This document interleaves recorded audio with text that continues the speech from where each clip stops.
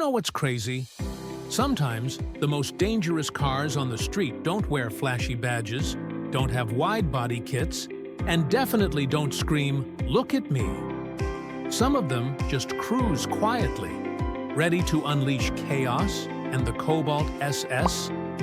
Yeah, that's one of them. This thing looks like your grandma's grocery getter, but under the hood, it's hiding a turbocharged punch that can leave WRXs, GTIs, and even Mustang GTs wondering what the heck just happened. Let's be real, when people think of performance compacts from the 2000s, they picture the Civic Si doing V-Tech things, or an Evo spitting fireballs. But the Cobalt SS? That name barely hits the radar unless you're deep into car culture. And that's exactly why it's so cool. It's a total sleeper. You could pick one up for like $5,000 not long ago, and even now, if you're lucky, you still can. And the performance? Bro, it's wild for the price. This thing wasn't just a trim package or a badge flex. GM actually put in work, like for real engineering effort, to make it a true performance car. In early 2000s, the golden era of sport compacts. Japan was dominating Civic Si, Integra Type R, Lancer Evo, WRX STI, you name it. Dodge threw in the neon SRT4, and even the Europeans chimed in with the GTI. So what did America have? Not much until GM decided to roll the dice. Enter the Chevy Cobalt SS. Built on the Delta platform in Ohio, it was their attempt to say, "Hey, we can play too." And surprisingly, they nailed it. There were three main versions of the SS, each with a different flavor. Supercharged SS, from 2005 to 2007. This was the first shot. It had a 2.0L LSJ engine with an Eaton M62 supercharger, 205 horsepower, 200 pound-foot of torque. What it lacked in numbers, it made up for in feel. That instant torque hit, and that supercharger whine, it was addictive. But here's the JDM style issue. It was FWD, and torque steer was real. Wheel hop plagued launches. Not great. Still, with a few mods, it could hold its own. A Civic Si would need serious bolt-ons to keep up. Naturally aspirated SS from 2006 to 2008. This one? 2.4L engine, 171 horsepower. It looked sporty, but it just didn't move like one. GM quietly renamed it the Cobalt Sport later on. We don't talk about this one much. It's like the GTT trying to pretend it's a GTR. Turbocharged SS from 2008 to 2010. Now, this is where the magic happens. A 2.0L LNF Ecotech engine with turbocharged direct injected. 260 horsepower and 260 pound-foot of torque.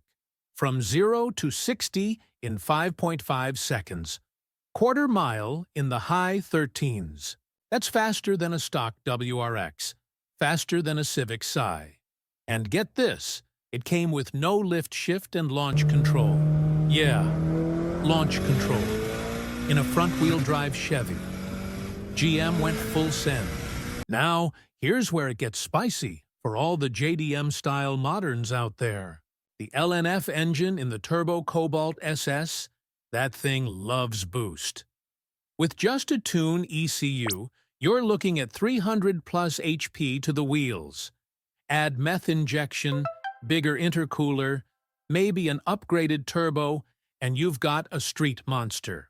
Think of it like the American version of an SR20 Det, underestimated, overbuilt, and waiting to be uncaged.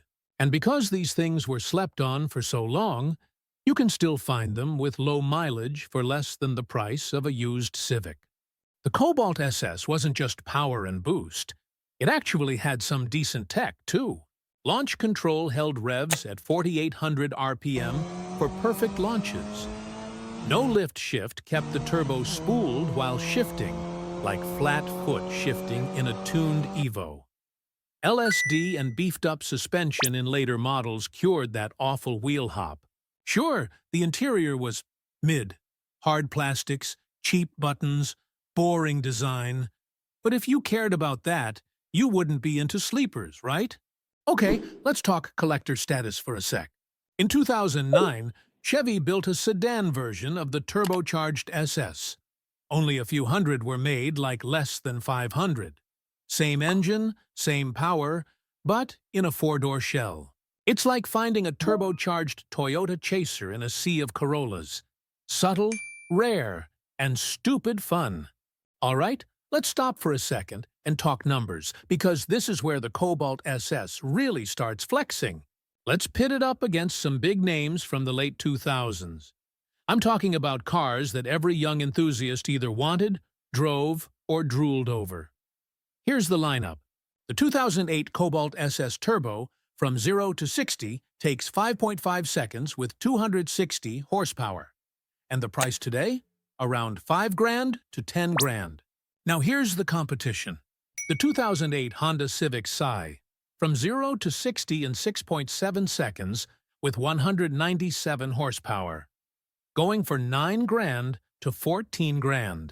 The 2008 Subaru WRX takes from 0 to 60 in 5.4 seconds with 224 HP. You'll find them around $10,000 to $15,000 these days. And the Volkswagen GTI MK5 takes 0 to 60 in 6 seconds with 200 horsepower. And they're sitting in the $8,000 to $13,000 range. The Cobalt SS represents something we don't see enough of anymore: risk. GM didn't have to make this car. They could have left the Cobalt as a boring commuter. But they didn't. They said, let's throw a turbo in there, give it a real LSD, some launch control, and just go nuts. It's like when Nissan dropped the SR20 into a Sentra back in the day, unexpected, but glorious.